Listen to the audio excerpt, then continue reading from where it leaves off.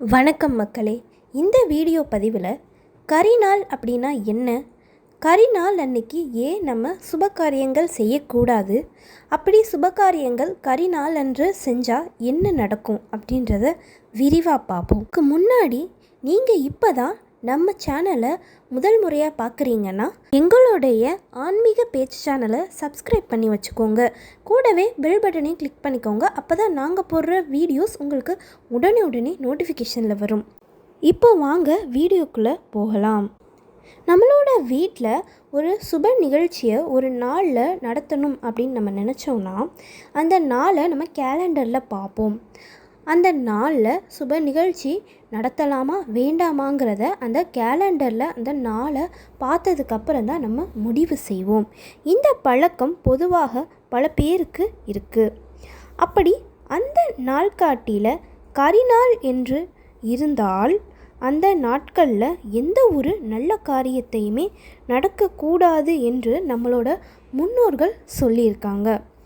இதை நம்ம அம்மா அப்பாவிலிருந்து நாம் குடும்பத்தில் இருக்கிற அனைவருமே இதை பின்பற்றி வந்திருக்காங்க.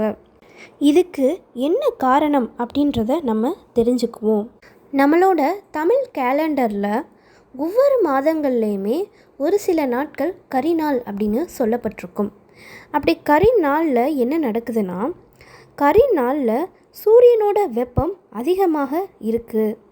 சூரியனோட கதிர்வீச்சு தாக்கம் பூமியில் அதிகமாக விழுவதனால நம்ம உடலில் இயக்கமானது வழக்கத்திற்கு மாறாக செயல்படுகிறதுன்னு சொல்கிறாங்க.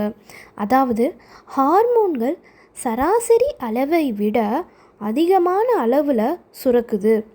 தேவையில்லாத டென்ஷன் ஏற்படுது. இதனால் இரத்த கொதிப்பு அதிகமாக இருக்கும். சாதாரணமாக இருக்கும்போதே நமக்கு இவ்வளவு பிரச்சனைகள் வருது. இதில் நம்ம வீட்டில் சுப விசேஷங்களை நடத்தும் போது அதன் மூலம் நம்மளுக்கு ஏற்படும் அலைச்சல்கள், வேலைகள் எல்லாமே அதிகமாக இருக்கும். அந்த வேலைகளை எல்லாம் நல்லபடியாக முடிக்கணுன்ற வருத்தத்தினால நம்மளுக்கு மன அழுத்தம் வேற ஏற்படும். மனிதர்களாகிய நாம் சீக்கிரமே, அதாவது எளிதிலேயே நம்ம உணர்ச்சி வசப்பட்டுருவோம். இதனால் விசேஷங்களில் பிரச்சனைகள் ஏற்படுறதுக்கு வாய்ப்புகள் இருக்குது. சுபகாரியங்கள் நடக்கும்போது ஏதாவது பிரச்சனைகள் ஏற்பட்டால் அதை அபசகுனம் அப்படின்னும் சொல்லுவாங்க.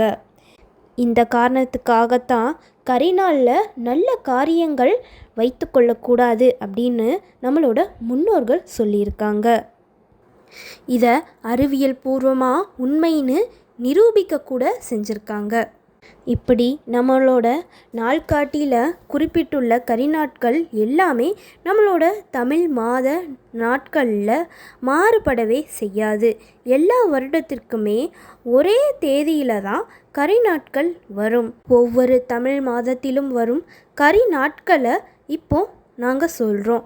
இந்த தேதியில் மாற்றம் இருக்காது. எல்லா வருடமும் இந்த தேதியில் தான் கரிநாட்கள் வரும்.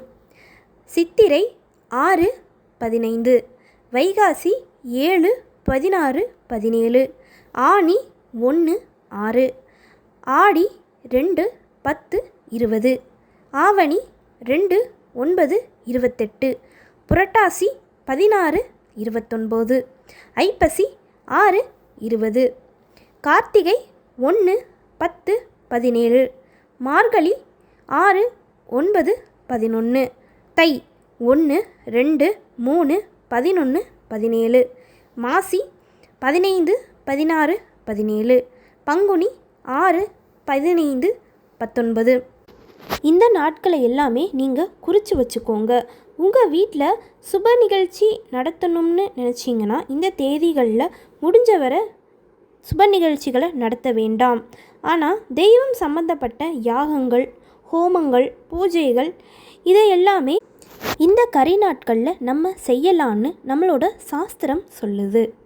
மேலும் இந்த வீடியோ பதிவில் கரிநாட்களை பற்றி நாங்கள் சொல்லாத விஷயங்கள், தகவல்கள் உங்களுக்கு தெரிஞ்சு இருந்துச்சுன்னா கமெண்ட் செக்ஷனில் அதை பதிவு பண்ணுங்கள். அதை அனைவருமே தெரிஞ்சுக்கட்டும்.